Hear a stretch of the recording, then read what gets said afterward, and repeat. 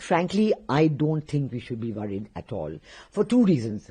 First of all, the places where Bangladesh is likely to get zero tariff for access to the American market are linked to Bangladesh purchases of man-made yarn, cotton yarn, maybe even cotton from the USA.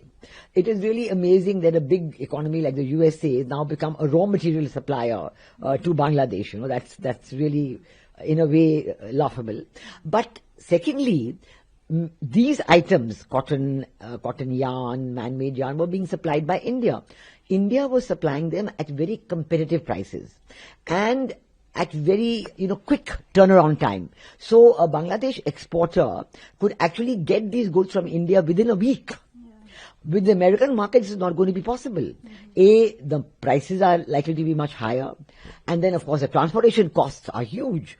So the possibility of Bangladesh making competitive products with high value of raw material costs, much higher than what they would get from India, is unlikely.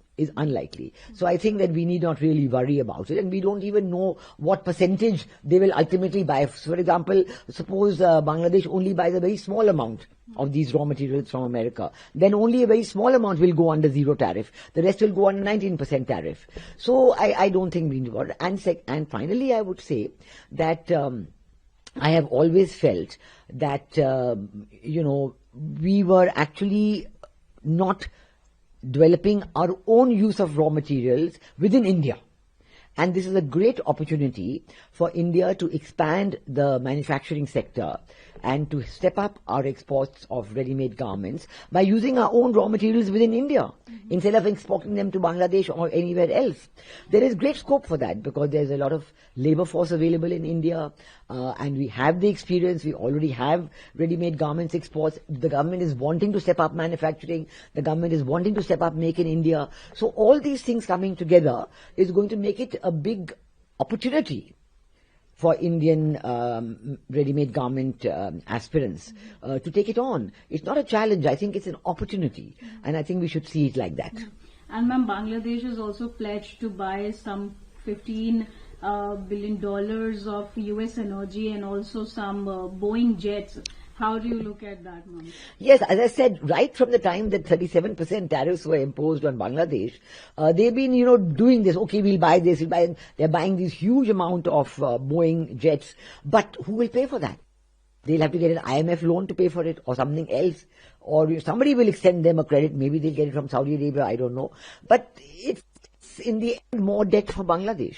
Their economy will become weaker if they are going to get in all these debts. So while they are looking at, more and more things that they can buy from America, they have to look at the condition of their own economy.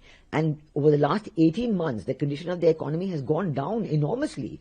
In fact, so many of their ready-made garment factories have closed down. I mean, so many women, hundreds of thousands, some say even 1 million women, all the people working in these ready-made garments factories are largely women, and they're now unemployed. So, the inflation is very high.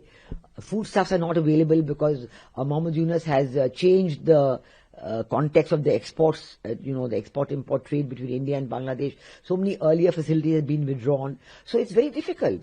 And I don't think that in this condition of a really debilitated Bangladesh economy, how much they'll be able to pick up with this trade deal. Let's see.